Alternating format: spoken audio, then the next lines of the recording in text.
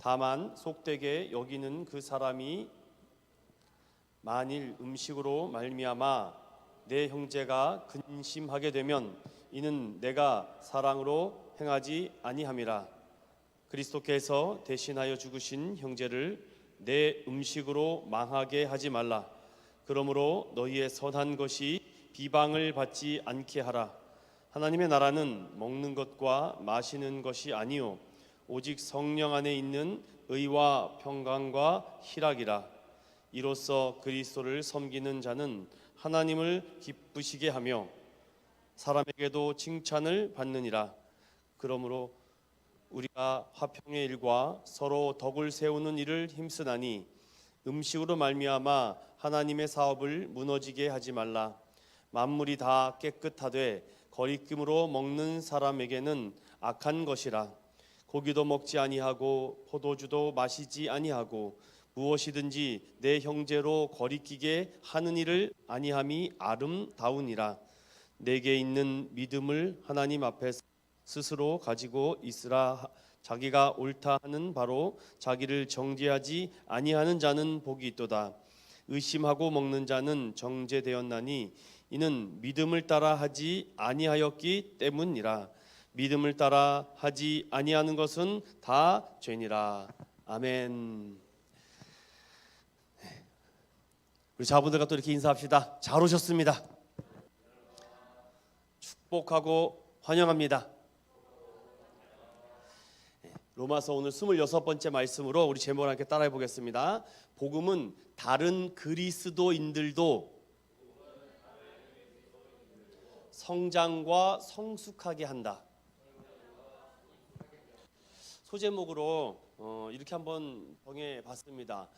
믿음의 걸림돌인가 디딤돌인가. 오늘 이 말씀을 저와 함께 좀 살펴보면서 오늘은 14장을 좀 마무리하는 시간을 갖도록 하겠습니다. 지난 시간의 말씀을 좀 이렇게 리마인드 좀 해보겠습니다. 로마 교회가 생기면서 정말 부흥하고 좋은 일도 있었지만 그 교회 안에 문제들도 찾아옵니다. 그 문제들 앞에서 가장 큰 걸림돌이 된 것이 믿음이 연약한 성도들이 있었고 또 믿음이 강력한 성도들이 있었습니다. 이것은 교회 안에서 분파를 나누는 것이 아니라 한 믿음의 공동체 안에서 믿음 생활을 하고 신앙 생활을 하다가 부딪히는 갈등 때문에 이 교회 안에의 신앙 생활의 문제로 인해서 부딪히는 것들 때문에 서로 갈등이 생긴 부분입니다. 이게 조금 더 심화가 되면 물론 분파가 되겠지만 아직까지는 그 단계까지 가지 않은 상태에서 사도 바울이 로마 교회에 편지를 쓴 내용이 오늘 로마서인데, 믿음이 연약한 성도들은 유대 그리스도인 정통파, 즉 하나님이라는 그 구약의 야훼 하나님을 믿고 있다가 그의 아들 독생자 예수 그리스도를 믿는 그 삼위 하나님에 대해서 개종한 사람들이죠. 그런데 믿음이 강력한 사람들은 누구냐? 로마시에 살고 있었는데 이방인들입니다.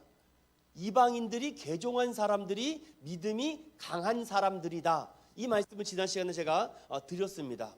그래서 고린도 교회에 나와 있는 약한 자와 강한 자가 로마 교회는 다르다라고 말씀을 드렸어요. 자, 로마 교회는 이 믿음이 연약한 성도와 믿음이 강력한 성도들이 있었는데 어떤 트러블이 생깁니까? 첫 번째는 음식 문제로 갈등이 생깁니다. 구약의 율법을 잘 지키는 사람들은 우상 앞에 절한 고기를 먹을 수 없다. 그런데 믿음이 강력한 사람들은 우상이 어딨냐? 신은 없다. 오직 유일하신 하나님밖에 없다. 그러니 우상이 없기 때문에 우리가 그 음식을 먹든지 안 먹든지 전혀 문제가 되지 않는다. 하지만 구약을 신봉하고 율법을 따랐던 이 그리스도인이 된 개종자들은 그거에 대한 강력한 거부가 생깁니다. 또 5절에 보면 절기 문제가 생깁니다. 어떠한 날을 특정하게 잘 지켜야 된다라고 하는 사람들이 있고, 다 중요하지 뭐 그런 날만 중요합니까? 6월절만 중요합니까? 초막절도 중요하죠. 이런 갈등이 생깁니다. 그리고 지난 시간에 조금 더 살펴보진 못했지만 14절과 20절에 보면은 이 음식 중에 속되고 부정한 음식이 레위기 말씀에 나오는데, 저 음식은 먹어도 되고 이거는 안 돼도 되고, 비늘이 있는 건 안 되고 비늘이 없는 건 되고, 발이 쪼개진 건 안 되고 쪼개지지 않는 건 되고, 레위기에 보면 부정한 음식과 부정하지 않는 음식을 이렇게 두 개로 나눠놨습니다. 그리고 또 21절에 보면은 포도주를 마시는 문제까지 해서 이 육신에 이롭지 않은 이 음식을 먹는 것에 대한 이 부딪힘이 있는 것이죠. 그래서 로마서 14장과 로마 교회 전체를 이해하려면은 이러한 문제가 생깁니다. 이건 과거 2000년 전의 문제인가요? 아니죠. 오늘 2021년도 교회의 문제입니다. 교회도요, 음식 문제 때문에 많이 싸웁니다. 누구는 왜 교회에서 음식만 하느냐, 누구는 음식을 안 하느냐, 이게 제일 먼저 싸우는 문제인데, 요즘은 어떻게 문제가 바뀌었습니까? 교회 안에 예전에 집사, 권사, 주로 음식을 하는 분들은 여성도님들입니다. 그런데 갑자기 데모를 하죠. 왜 우리만 음식을 하느냐, 남자들도 해라.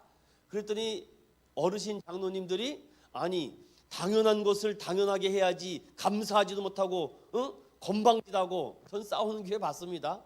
그래서 결국은 어떻게 된지 아십니까? 그냥 권사님들 다 안 하고 외부 사람들을 불러서 영양사하고 외부 사람들을 불러서 씁니다. 그리고 심지어는 그렇게까지 하기는 너무 이게 거북스러우니까 교회 안에 있는 권사님들한테 월급을 주는 걸로 바뀝니다.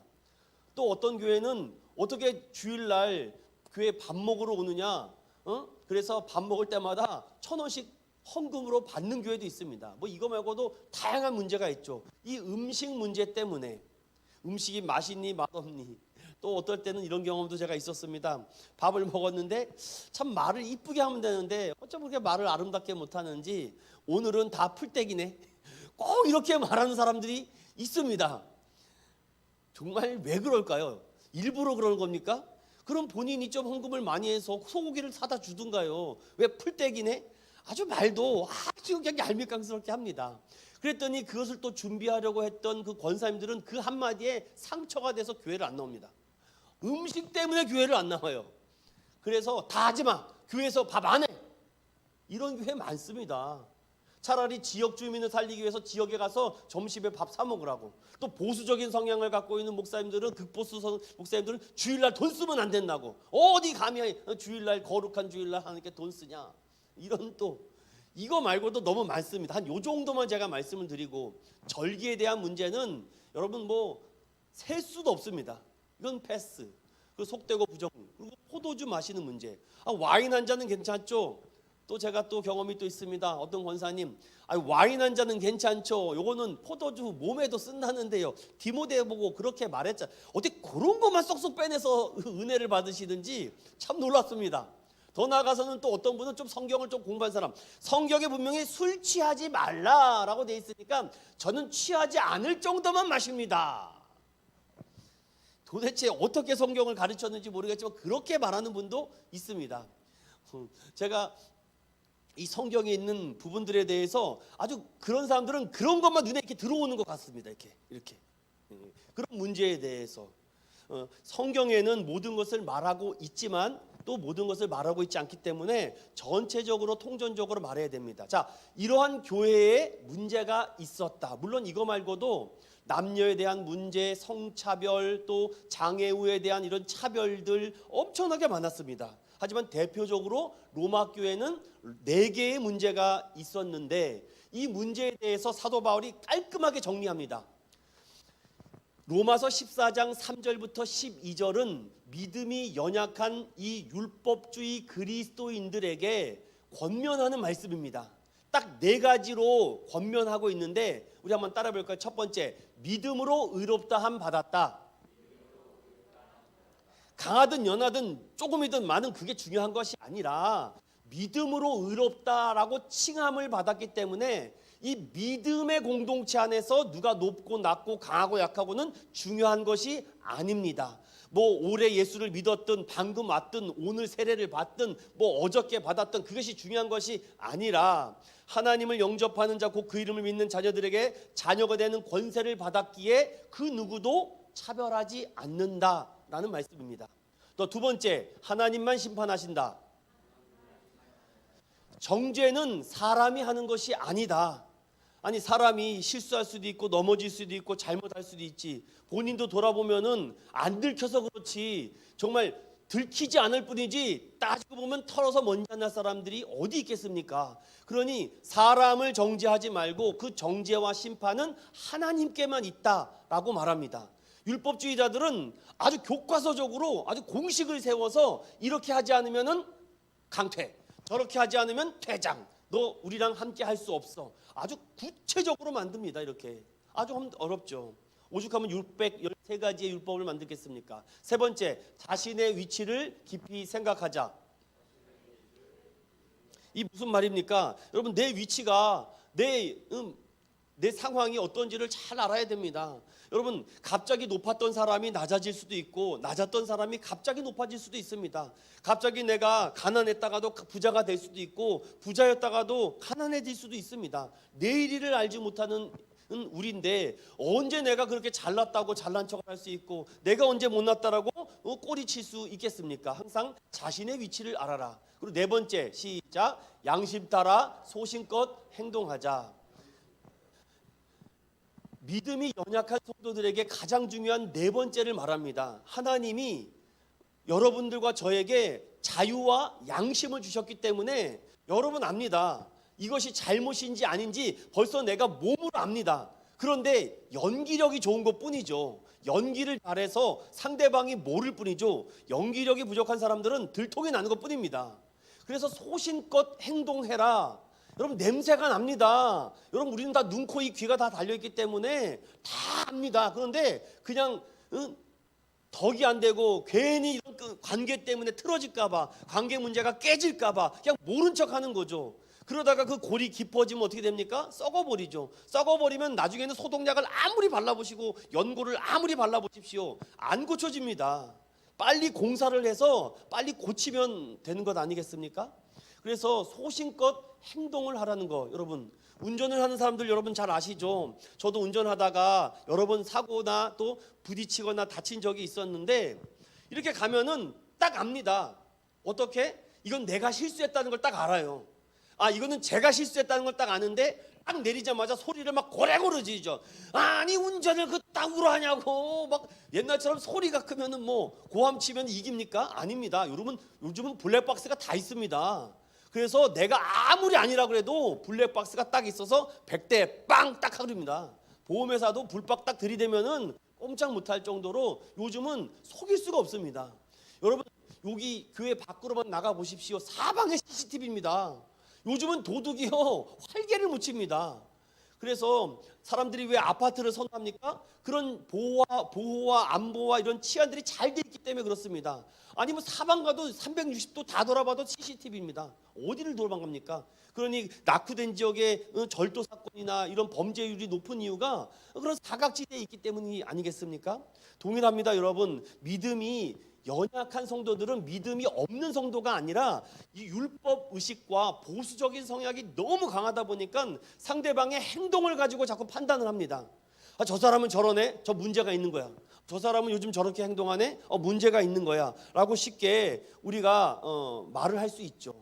자, 그런데 사도 바울은 이렇게 믿음이 연약한 성도들에게만 구체적인 대답을 해주냐? 그렇지 않죠. 오늘 함께 읽었던 말씀이 로마서 14장 13절부터 23절에 있는 말씀, 더 나아가 15장 1절까지는 믿음이 강력하다라고 하는 성도들, 즉 나는 믿음이 좋아, 난 믿음이 대단해, 난 뭐든지 다 판단할 수 있고 뭐든지 해결할 수 있는 능력 있어 라고 말하는 사람들에게 사도 바울이 권면하는데 어떻게 권면하는지 오늘 그 부분을 보겠습니다. 여러분, 성경책으로 다시 돌아와서 로마서 14장 13절을 다 같이 읽어봅니다. 시작. 그런즉 우리는 다시는 서로 비판하지 말고 도리어 부딪힐 것이나 거칠 것을 형제 앞에 두지 아니하도록 주의하라. 무슨 말입니까?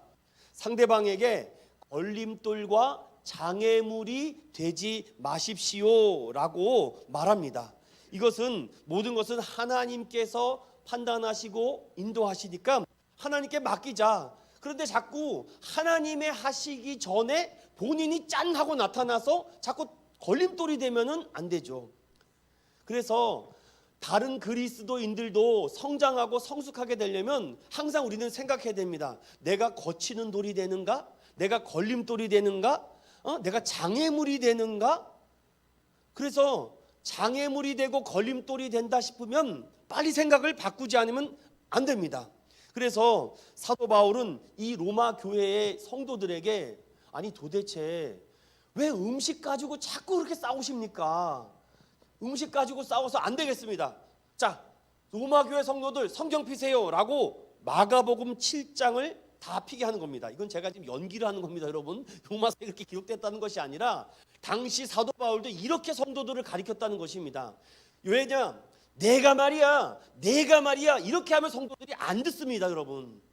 왜? 하나님의 말씀의 권위, 어소리티가 있기 때문에 그 말씀을 가지고 성도들에게 자꾸만 때려야지. 내가 말이야 옛날에 그렇게 했었는데 그렇게 하면 안 돼. 근데 이것이 사람이 들을 것 같은데도 이게 성령의 감동이 일어나지 않습니다. 그냥 순간에 죄송함과 미안함 때문에 하면서는 안 됩니다.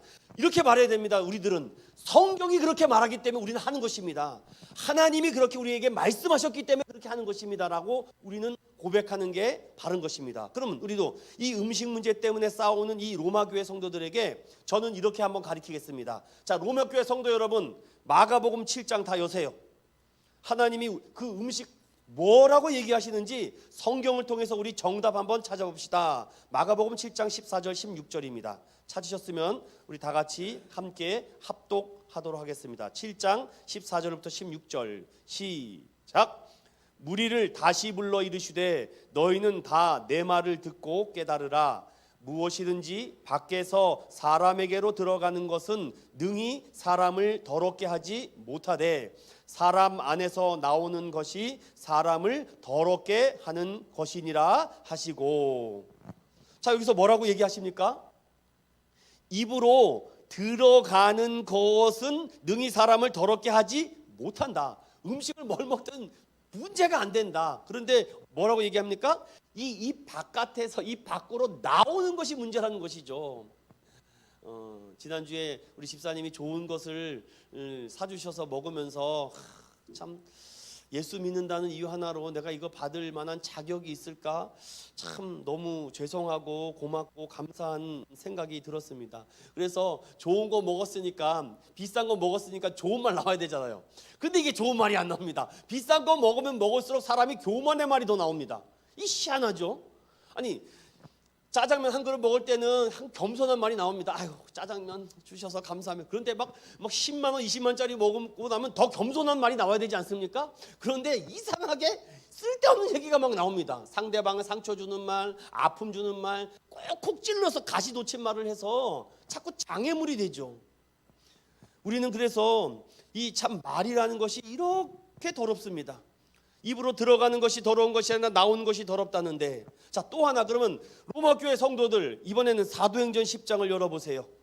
사도행전 10장 15절만 한번 읽어보겠습니다. 이 외에도 성경에 많은 부분 음식에 대한 말씀이 있지만 여러분 이 두 구절만 보더라도 충분히 은혜가 될 거라고 생각합니다. 사도행전 10장 15절 말씀, 고넬료 집에서 베드로의 역사를 한번 하는 말씀 찾으셨으면 우리 다 같이 15절만 읽어보겠습니다. 시작. 또 두 번째 소리가 있으되 하나님께서 깨끗하게 하신 것을 내가 속되다 하지 말라 하더라. 여러분 이 사건 잘 아시죠? 베드로가 꿈을 꿨는데 기도 중에 하나님께서 환상을 보내주셔서 보따리를 내려봅니다. 거기 갔더니 못 먹는 음식들만 자꾸 잔뜩 하나님이 보내주시고 이거 먹어라. 하나님, 너무 하십니다. 그래도 제가 율법을 아는 사람인데 이거 안 돼요. 먹으면 안 됩니다. 이거 먹지 말라 그랬잖아요. 그랬더니 그래서 하나님께서 뭐라 그럽니까?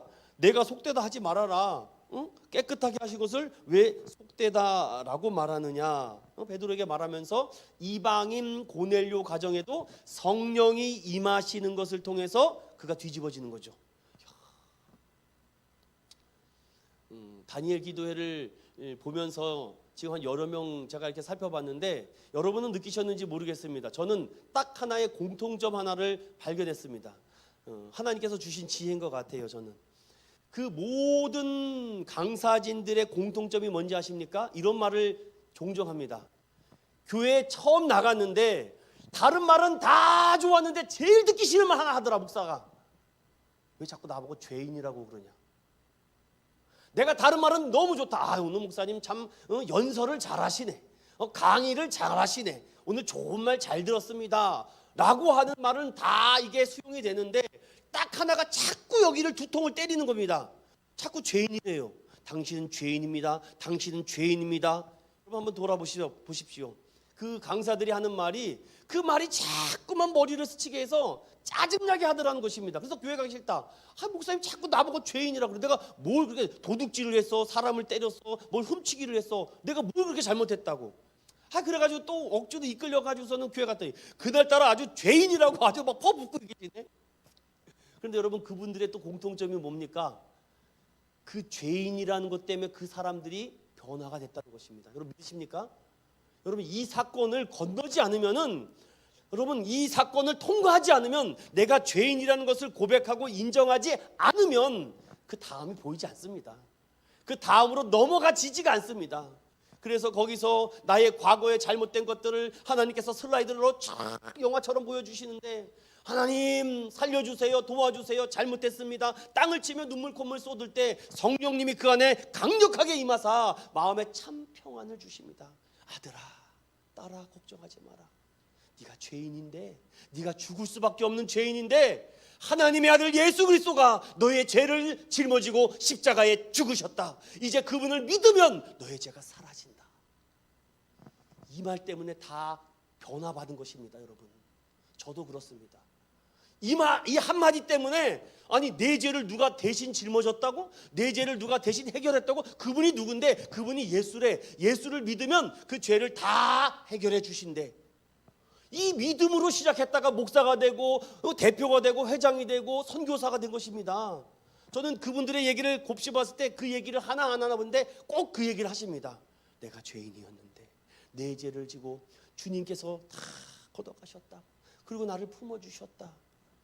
사랑하는 믿음의 성도 여러분, 오늘 베드로도 나온 이 많은 성경의 인물들도 보면은 누구보다도 자신이 깨끗하다라고 말을 합니다. 여러분 깨끗한 사람 없습니다. 다 추하고 더럽죠. 하지만 여러분 하나님의 은혜가 있지 않습니까? 그런데 왜 자꾸 밥 먹는 문제 때문에 먹니 안 먹니 되니 안 되니 이런 문제가 있을까요?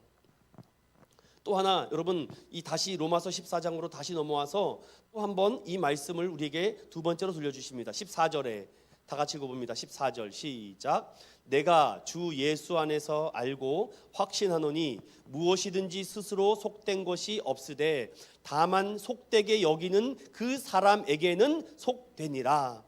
여러분 믿음이 연약한 사람은요 잘 모릅니다. 그래서 저는 시간이 걸리고 좀 더디더라도 여러분들에게 차근차근 설명해 주고 싶습니다. 이거는 어떻게 하는 것이고요, 이건 어떻게 하는 것이고요, 기도는 어떻게 하는 것이고, 찬양은 어떻게 하는 것이고, 말씀은 어떻게 하는 것이고, 이걸 계속 훈련해야 됩니다. 여러분 훈련하지 않은데 어떻게 갑자기 됩니까? 여러분 전도도 훈련입니다. 훈련하지 않은 상태에서 갑자기, 물론 성령 불 받은 사람은 할 수도 있겠죠. 하지만 대부분이 잘 못합니다. 그렇기 때문에 훈련을 받아야 돼요. 자꾸 훈련을 받아야 됩니다. 그런데 왜 저 사람은 못하냐? 원래 못하는 것이 아니라 모르기 때문에 못하는 것입니다. 여러분 가르쳐줘서 못 배우는 것은 그분에게 은사가 없거나 아니면 다른 은사가 있으면 빨리 바꿔주면 되는 것입니다. 그런데 그걸 고집을 쓰고 왜 못하냐고 빨리 해라. 안 되는 걸 어떻게 하라고요. 여러분 하나님이 만들어 놓으신 창조 원리가 다른데 남자가 다르고 여자가 다르고 몸이 다르고 생각이 다르면은 빨리 인정해주고 그분이 할 수 있는 걸 넘어가지고 내가 할 수 있는 걸 하고 못하면 다른 사람을 채용해서라도 쓰면 됩니다. 근데 계속 해보십시오. 감정의 골이 계속 쌓입니다. 그럼 어떻게 돼요? 여러분 제가 15절을 읽어드릴게요. 자 만일입니다. if 만일 음식으로 말미암아 내 형제가 뭐 하게 되면요? 근심하게 되면 걱정 생기고 막 짜증나고 하게 되면은 여러분 그 다음 읽어봅시다. 시작. 이는 내가 사랑으로 행하지 아니함이라. 여러분 이 말씀 여러분 꼭 오늘 별표 3개 치놓고 가셔야 됩니다. 아니 내가 저 사람에게 이렇게 뭐 잘하는 것 같은데 왜 저 사람은 항상 힘들다, 어렵다, 괴롭다, 화난다, 못하겠다 그럴까?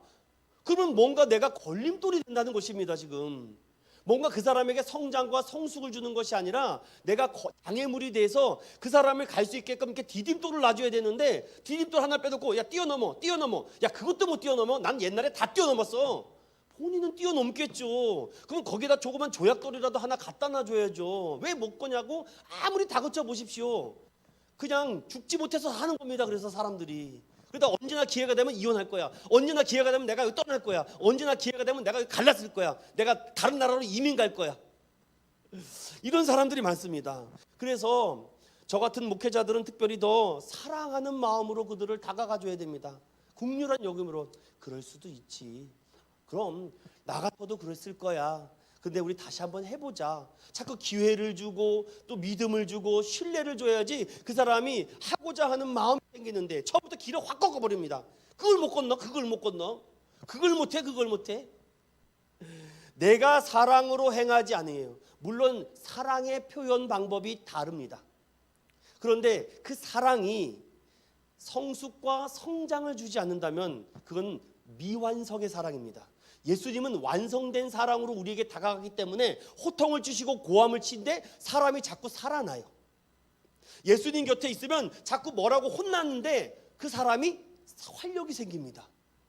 신기하죠? 그 사람이 자꾸 깨어납니다. 자꾸 귀가 살고 마음이 살아납니다. 왜 그럴까요? 사랑으로 하기 때문입니다. 자, 그 다음 두 번째 보면 그리스도께서 대신하여 죽으신 형제를 내 음식으로 뭐하게 하지 말라? 망하게 하지 말라. 저는 그래서 새벽마다 그렇게 기도합니다. 하나님, 우리 인천은영교회 하나님이 분명히 쓰시고자 약속하시지 않았습니까? 그러면 보여주십시오.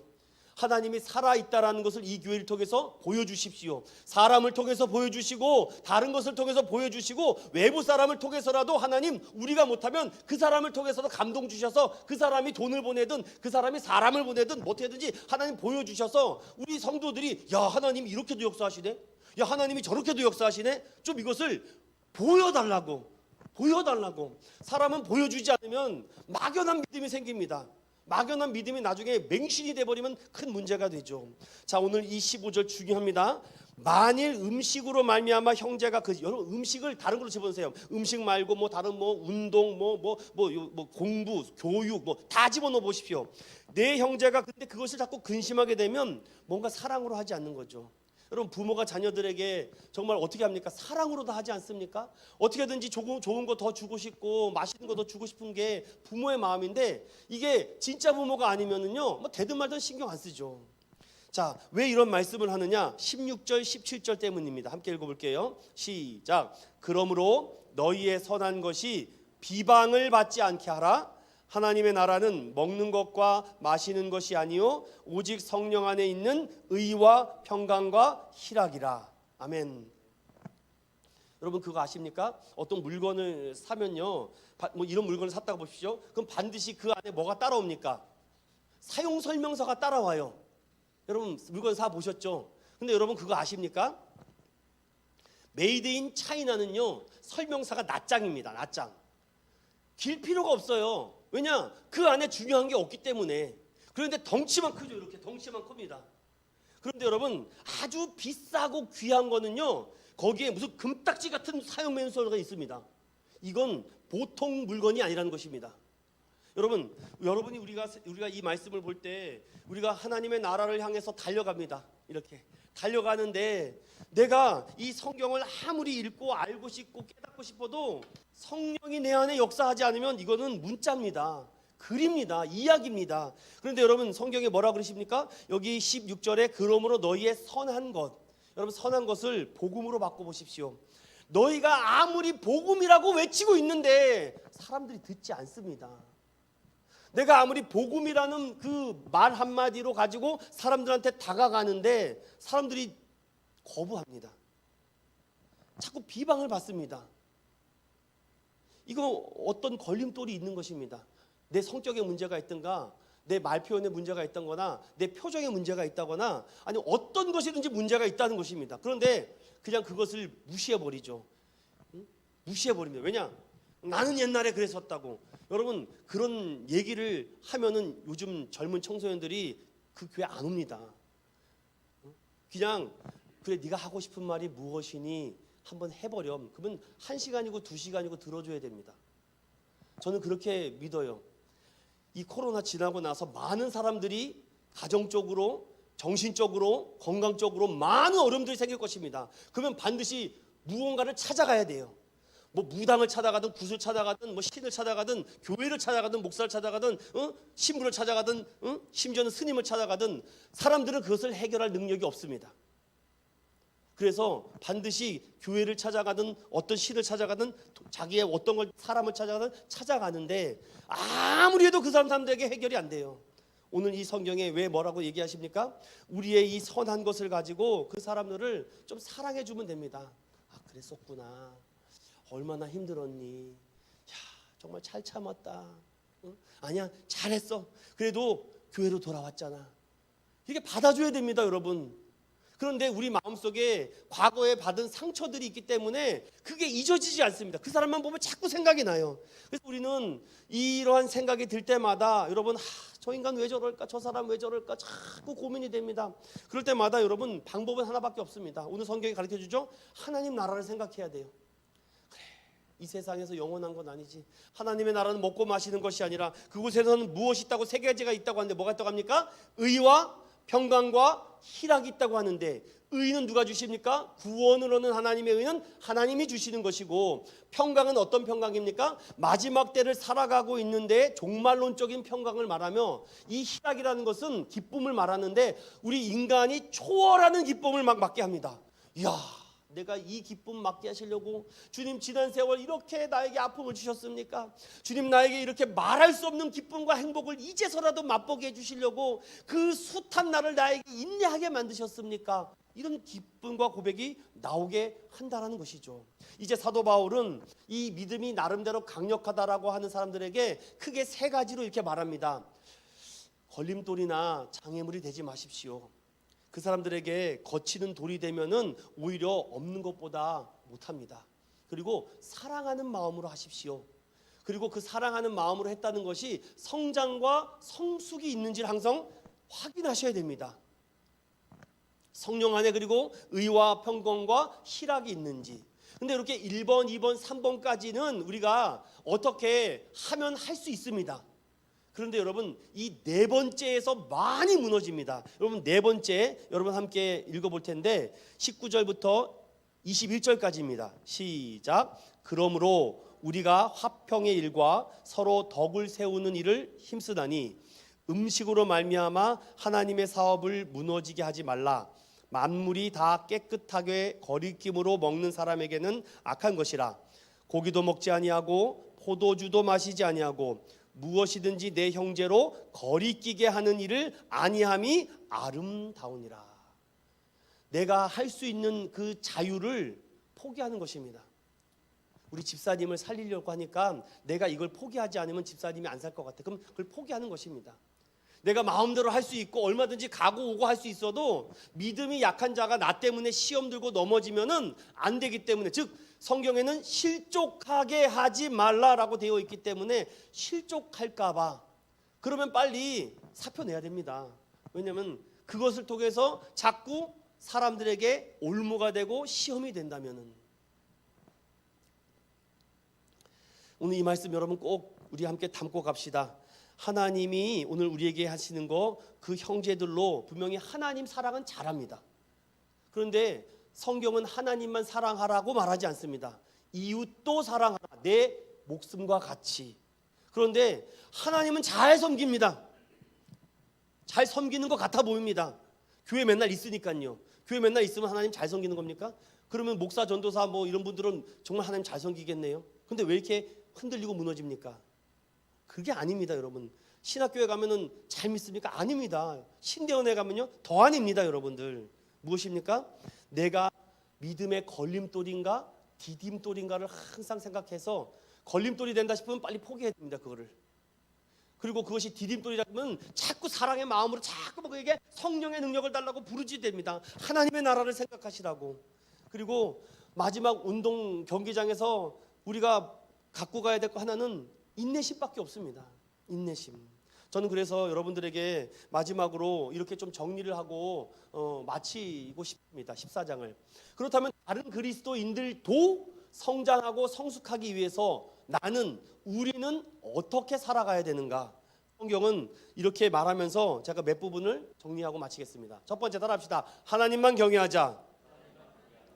하나님만 경외하자. 여호와를 경외하는 것이 지식의 근본이다. 미련한 자는 지혜와 훈계를 멸시한다라고 합니다. 세상의 가치관으로 살아가면 반드시 외적인 크기와 힘과 경제적인 힘에 눌립니다. 낙심됩니다. 인간의 죄성 때문에 외적인 부유함이 최고의 가치라고 생각합니다. 그럴 때 여러분 딱 아까 말씀 하나님 나라를 생각하십시오. 하나님 나라를 생각하지 않으면 계속 먹는 거, 마시는 것 때문에 괴로울 것입니다. 사랑하는 믿음의 성도 여러분, 우리는 먹는 것, 마시는 것 때문에 염려하는 자가 아니라 의와 평강과 희락을 가지고 하나님께 영광 돌리는 거룩한 하나님의 자녀인 줄 믿는 저와 여러분 되시길 축원합니다.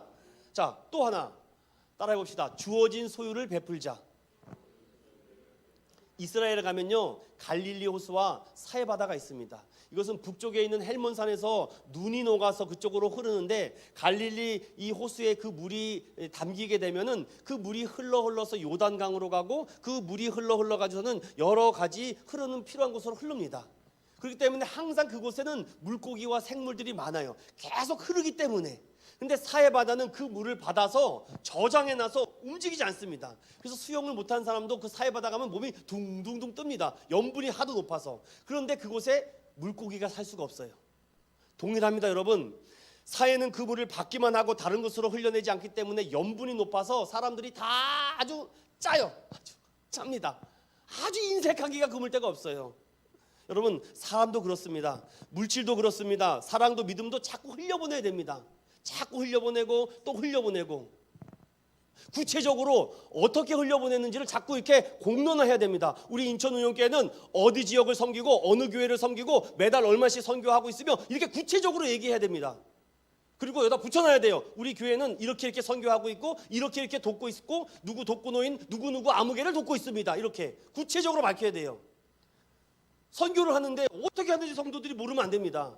그래서 저는 그것을 주보가 여러분 만약에 석 장 정도 되면 제가 다 람답하게, 보통 아주 세밀하게 제가 기록하려고 그래요. 뭐든지 다. 그래서 자꾸 이렇게 제가 올 초에 말씀드렸잖아요. 앞으로 교회는 딱 세 가지로 가지 않으면 안 된다. 소통과 투명성과 그다음에 이 인성, 이 문제를 가지고 교회가 승부하지 않으면 무너진다라고 말씀을 드렸습니다. 그래서 오죽하면 어떤 교회는 매주 헌금 내용도 이 주보에 다 싣습니다. 그러니까 낱낱이 다 밝혀요. 또 어떤 교회는 그 내용을 이렇게 다 밝히면 되느냐? 여러분, 그거는 목양의 차이입니다. 저는 그렇게 생각하고 있습니다. 여러분, 그렇습니다. 그래서 계속 흘려보내야 돼요. 여러분, 받은 축복이 많습니까? 그럼 자꾸 흘려보내십시오. 인색함으로나 억지로 내지 말고, 다음 주 추수감사절인데 여러분 1년 동안 하나님의 감사를 어떻게 흘려보내시겠습니까? 그 흘려보낸 것대로 내년에 또 하나님께서 채워주실 것입니다. 믿으십니까? 그런 은혜가 있기를 바랍니다. 또 복음을 전하자. 여러분, 이거는 누누이 제가 말하고 있기 때문에 더 이상 제가 기회에 계속해도 부족하지 않을 것 같아요. 그런데 많은 것보다도 여러분, 이 복음을 전하라는 이런 부담감으로 다가오지 않고 기쁨으로 다가와야 됩니다. 왜냐? 저는 이 복음을 전하자라는 부담감이 아니라 기쁨이 찾아올 때마다 꼭 누가복음 16장의 부자와 나사로를 생각합니다. 부자와 나사로가 살았어요. 그런데 둘 다 어떻게 됩니까? 잘났든 못났든 부자든 가나든 죽었습니다. 그런데 어떻게 됐어요? 나사로는 어디 갔습니까? 천국에 갔어요. 근데 부자는 지옥에 갔습니다. 그랬더니 눈 떠보니까 지옥이네? 이거 어떡합니까? 그런데 내가 천국에 가고 싶어도 갈 수 있습니까? 못 가요. 갈 수 없습니다. 근데 그 사건을 제가 말씀드리려고 하는 것이 아니라 그 다음입니다. 아브라함에게 그 부자가 막 간절히 애원합니다. 내 이 혓바닥에다가 이 물 한 모금만 이렇게 해서 좀 찍어달라고. 안 돼. 안 돼. 좀 물 한 방울, 그게 어렵습니까? 이거 짜서만 달라고. 안 된다고. 이미 너와 나 사이에 이 가로막혔기 때문에 안 된다는 것입니다. 그래서 이 부자가 어떻게 얘기합니까? 그렇다면은 내가 소원이 하나 있다. 아직 저기 이 땅에 내 형제 5이 있는데 나사로를 부활시켜 가지고서는 그 사람에 가서 전도 좀 시키라고. 여러분, 맞습니까? 안 맞습니까? 근데 거기서 뭐라고 주님이 말씀하세요? 나사로가 살아서 부활해서 가서 복음 전한다고 해서 믿는 게 아니다. 이미 많은 복음 전환자를 통해서 복음을 전하고 있는데 그것을 듣지 않으면 안 된다. 이렇게 딱 잘라서 말합니다. 여러분, 이미 우리 생명이 떠나서 영과 육이 분리가 되면 돌아올 수가 없습니다. 그러니 이 불교의 환생교리가 사람들한테 자꾸 이렇게 주목을 받는 게 뭡니까? 아유, 그래도 나도 나중에 다음에 좋은 것으로 태어나면 좋겠다. 여러분, 어린 반푼업체도 없습니다. 여러분, 꼭 죽은 나사로를 통해서 복음을 전해달라고 했던 이 내용이 아무리 해도 여러분, 지옥의 백성들은 지금도 계속 슬피 울며 이를 갈 수밖에 없다는 거. 또 하나 따라 봅시다. 시작. 거룩하며 성결하자. 만약에 여러분들에게 앞으로 수명이 1년밖에 남지 않았다면 여러분 무엇을 하겠습니까? 어떤 한학자가 이것을 설문을 했는데 많은 사람들이 집을 사겠다, 땅을 사겠다, 돈을 모으겠다고 했는데 수명이 딱 1년밖에 남지 않았다고 하니까 많은 사람들이 공통적으로 한 질문의 답이 무엇인지 아닙니까? 내가 더 많은 사람을 사랑해 주겠다. 이것이 다수의 응답이었습니다. 그런데 우리는 꼭 내일도 또 살 것처럼 얘기하죠. 여러분의 수명이 석 달, 아니 한 달, 아니 일주일밖에 안 남았다면 땅을 사겠습니까? 집을 사겠습니까? 아니면 자신에게 잘못했던 사람들 찾아가서 용서를 구하고 사랑을 하겠습니까? 예수님은 오늘 그것을 얘기합니다. 교회를 옵니다. 오늘 참 별 얘기를 다 하네요. 제가 교회를 옵니다. 교회를 오는데 누구랑 부딪히거나 싸운 일이 생각났습니다. 그럼 그대로 교회 옵니까? 예수님은 그렇게 하지 않고 네가 오다가 재물을 거다가 딱 교회에다 냅두고 다시 돌아가서 사과하고 용서를 빌고 와서 예배를 드려라. 성결한 마음으로 드려라. 거룩한 마음으로 드려라 라고 하는데 누가 압니까? 그러니까 막 심술과 막 분노와 막 그냥 이 억울한 마음을 가지고서는 은혜가 됩니까? 은혜를 안 되죠. 저도 안 되겠습니다. 여러분, 항상 잊지 맙시다. 우리는 항상 매일매일을 의미 있는 삶을 살고 있다는 거. 또 하나 읽어봅시다. 시작. 감사와 찬양하자. 여러분, 감사는 최고의 하망제요, 해독제요, 방부제라고 합니다. 여러분, 송명희 시인은 이런 얘기를 했습니다. 내가 정말 온몸에 장애를 입어서 내가 온몸을 쓸 수 없지만 하나님, 나는 남이 보지 못한 것을 보았고 남이 갖지 못한 것을 가졌습니다. 하나님은 공평하십니다. 감사합니다 라고 얘기하죠. 여러분, 어떻게 이렇게 초월하는 희락이 있을 수가 있겠습니까? 어떻게 이게 초월하는 평강이 있을 수 있습니까? 여러분, 그가 예수 만난 사람이기 때문이지 않겠습니까? 그래서 광야의 고난을 더 이상 고난이라고 생각하지 않습니다. 여섯 번째, 시작. 정직하게 살아가자. 여러분, 이런 얘기가 있더라고요. 보니까 경건한 그리스도인이었던 수학교사 메디슨이라는 사람이 있었는데 수학 선생님인데 항상 그 수학 선생님은 아이들에게 시험을 볼 때마다 수학 시험지하고 또 다른 시험지를 준다고 합니다. 자, 여러분 시험을 볼 것입니다. 첫 번째는 수학 시험지를 받을 것이고 두 번째는 정직이라는 시험지를 받을 것입니다. 여러분들이 어떻게 해서든지 간에 수학 점수를 잘 받아서 순간 잘 살 수 있겠지만 여러분은 정직이라는 시험을 통과하지 못한다면은 여러분들은 훌륭한 인생을 살아갈 수 없다. 여러분, 이런 얘기를 합니다. 그것처럼 사람들 앞에 정직해야 되고 하나님 앞에 정직해야죠. 어떤 교회가 부흥하고 어떤 교회가 성장하느냐, 제가 교회 성장 연구소의 책들을 보면은 대부분 그 교회의 지도자들이 내가 집사님에게 뒷담화 깠습니다. 집사님, 장로님, 내가 장로님 뒤에서 욕했습니다. 저주받는 내가 얘기를 했습니다. 그리고 내가 성도들 모르게 어떻게 했습니다. 내가 잘못을 했습니다. 그것을 터놓고 쏟아낼 때 하나님의 성령의 역사가 막 일어나는 교회들이 많습니다, 여러분들.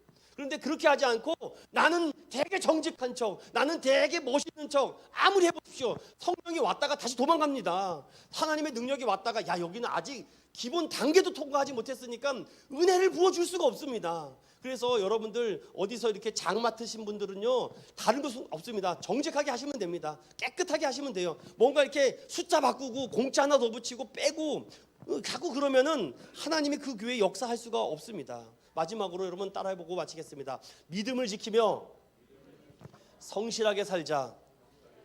저도 똑똑하지 못하고 스펙이 많지 않고 뭐 아는 것도 없고 배운 것도 없고 가진 것도 없습니다. 그런데 제가 회사 생활하면서 제가 했던 거 하나는요, 성실입니다. 요즘 학교는요 개근상이 없어요. 개근상 없습니다, 여러분. 근데 우리 요 시대 때는 다 개근상 있죠.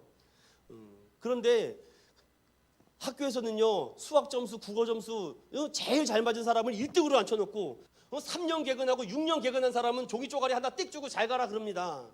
이거 바뀌어야 됩니다, 여러분들. 교회도요, 성실한 사람이 은혜 받습니다. 믿으십니까? 그냥 뭐 갑자기 마음이 그래가지고 저는 기도나 할까?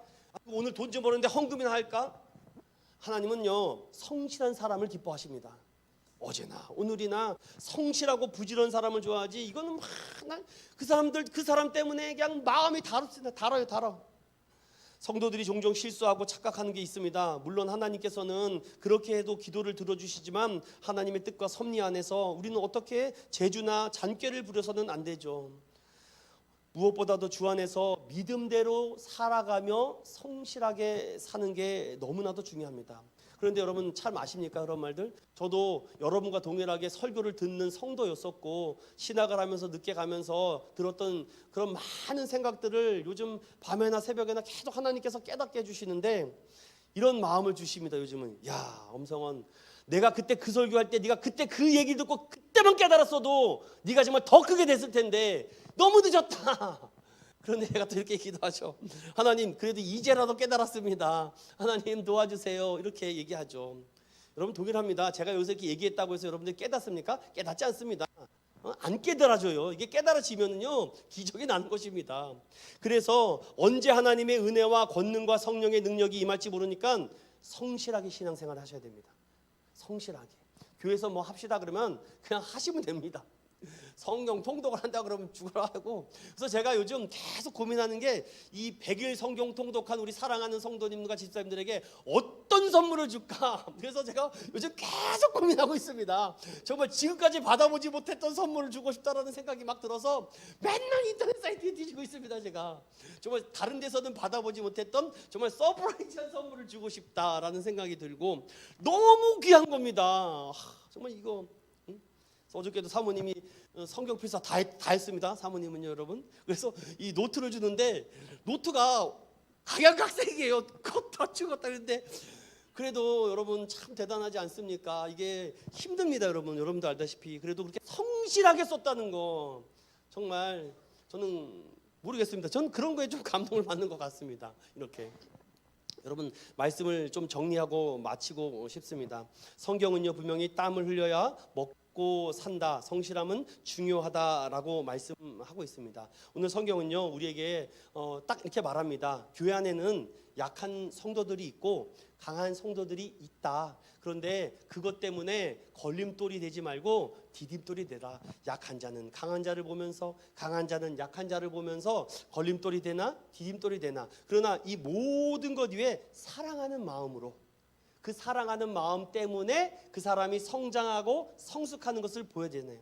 목사는요, 목회자는요, 이미 하나님의 은혜를 다 받았습니다. 이미 다 받았는데 누구 때문에 은혜 받는지 아세요? 우리 혁태 집사님이 믿음이 자라나는 것 때문에 이 기쁨이 생겨요. 이 평강과 기쁨이 막 생깁니다. 우리 이정아 집사님이 지난주와 오늘 다른 모습을 보고, 야, 거봐, 집사님이 은혜를 받으니까 이렇게 되잖아. 석찬이가 은혜 받으니까 막 되잖아. 이렇게 돼야지 교회가 막 기쁘고 오고 싶고 가고 싶고 그러지 않을까요? 그런데 성장도 없고 진전도 없고 발전도 없고 변하는 것도 없고. 그래서 오늘 2021년 인천운영교회 슬로건과 표어가 리뉴얼입니다. 다시 교회를 새롭게 하자. 교회가 무엇입니까? 외적인 교회만 말하는 것이 아니죠. 내가 교회잖아요. 사랑하는 믿음의 성도 여러분, 교회 안에는요, 여러 사람들이 있습니다. 그런데 약점과 강점을 갖고 있는데, 약점을 갖고 있는 사람들은 좀 사랑으로 덮어주고, 또 강점을 갖고 있는 사람은 너무 잘난 체 하지 말고 서로 균등하게 질서를 지키며 서로 나아간다면 얼마나 아름답겠습니까? 성경은 오늘 이렇게 우리에게 말합니다. 18절 읽어보겠습니다. 18절 읽고 마치겠습니다. 시작. 이로써 그리스도를 섬기는 자는 하나님을 기쁘시게 하며 사람에게도 칭찬을 받느니라. 아멘. 이게 우리 인천운영교회 목표 아닙니까? 하나님께 칭찬받고 사람들에게도 칭찬받고 하나님께도 기쁨이 되고 사람에게도 기쁨이 되게. 내가 사람에게 좋게 하랴 하나님께 좋게 하랴. 사람에게 좋게 한다면은 반드시 그는 그리스도인이 아니다. 그러나 하나님께 기쁨이 되고 좋게 한다면 그는 그리스도인이다라고 말합니다. 사랑하는 믿음의 성도 여러분, 오늘 우리 추수감사절을 앞둔 우리 이 한 주 동안 우리가 항상 기억하며, 하나님, 우리가 오늘 믿음으로 그리스도를 섬기는 자는 하나님을 기쁘시게 하고 사람에게도 칭찬받는 저와 여러분이 되시기를 예수 그리스도 이름으로 축원드립니다. 우리 감사해라는 찬양이 있는데요. 이 찬양을 함께 고백하고 나누겠습니다. 다음 주는 특별히 우리 추수감사절 축제가 있고 해서 여러 가지 행사를 준비하는데요. 한 주간 동안 기도 좀 해주십시오. 이런 행사를 준비하고 또 이런 것들을 좀 새롭게 해보려고 하는데 하나님 평안한 마음과 희락이 있게 해달라고, 또 이 기회를 통해서 정말 이 새로움을 다시금 맛보고 또 진정과 발전 또한 성장과 성숙 있는 교회 되게 해달라고 우리 이 찬양을 고백하면서 마치도록 하겠습니다.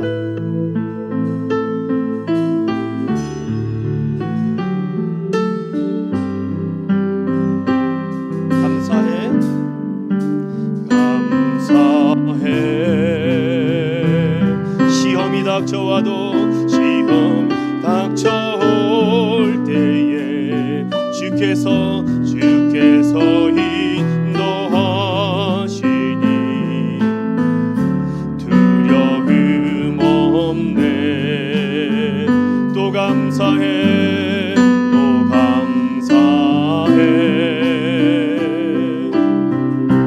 고통이 찾아올 때에 주께서 지켜주시니 승리하리라 나의 모든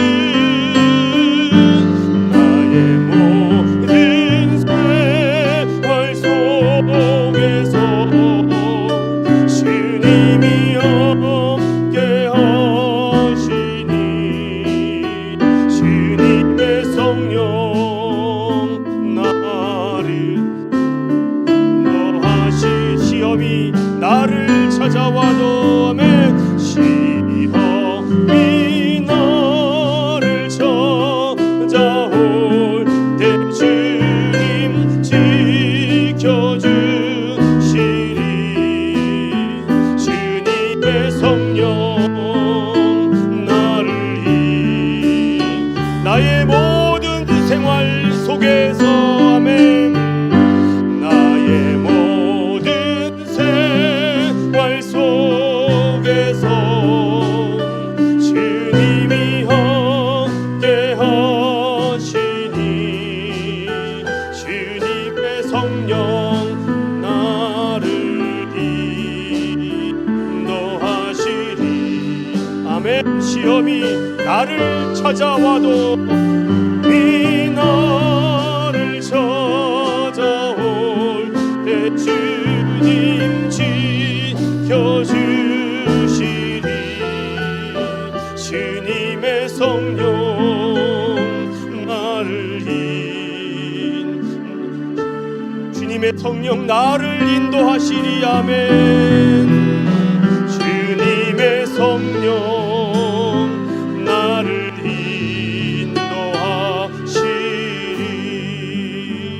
거룩하신 하나님 감사합니다. 오늘도 하나님의 나라는 먹고 마시는 것이 아니라 오직 성령 안에 의와 평강과 희락이라 약속하여 주셨습니다.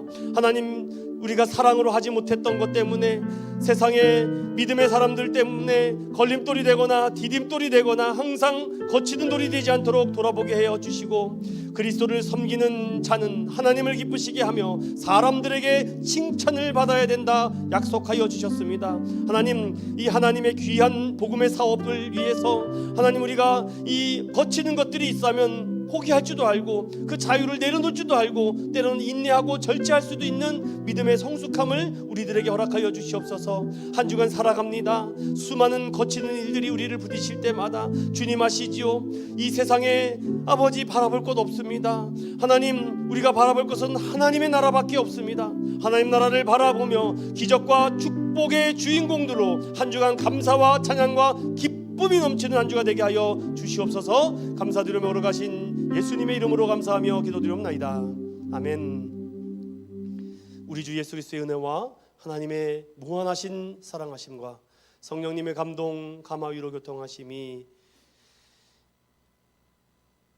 그리스도인은 하나님께 기쁨이 되며 사람들에게 칭찬받는다라는 이 말씀을 붙잡고 한 주간 살아가기를 원하는 인천연교회 모든 성도들 위해 이제로부터 영원토록 함께 있을지어다.